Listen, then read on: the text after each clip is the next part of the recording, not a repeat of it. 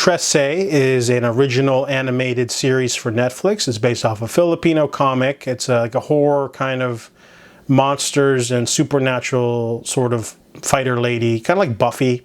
We're following Alexandra Trese. She is the daughter of a famous monster, not tamer, but he's kind of like a warrior who basically was able to find an accords and basically find a sort of alliance with all the dark creatures of the night. So they have rules and stuff, and whenever someone steps out of line, Alexandra Trese has to basically knock down some heads and stuff.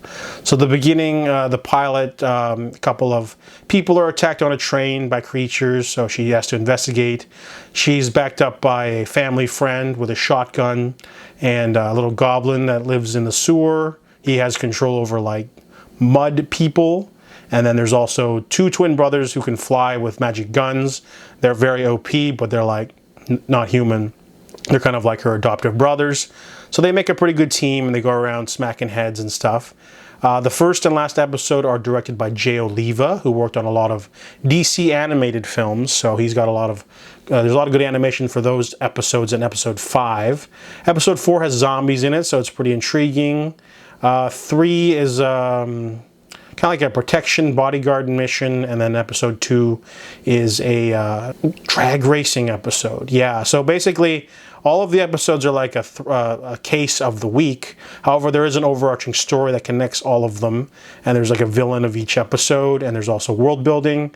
And then whenever they do flashbacks, it's in black and white, so you get a little bit of backstory of like her magic knife, how it works, and like how she came to be a hunter or whatever, her father, and like the history of like how their family inherited this and everything.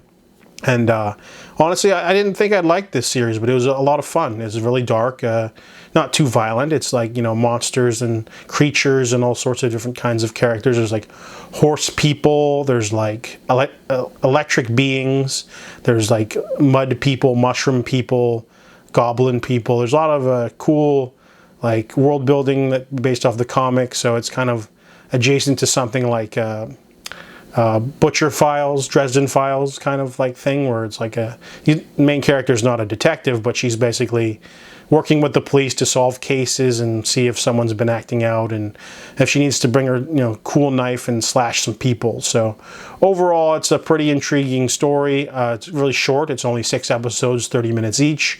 They never made a season 2, but it's definitely something you can binge in one sitting. It's enjoyable for sure. I like Trese.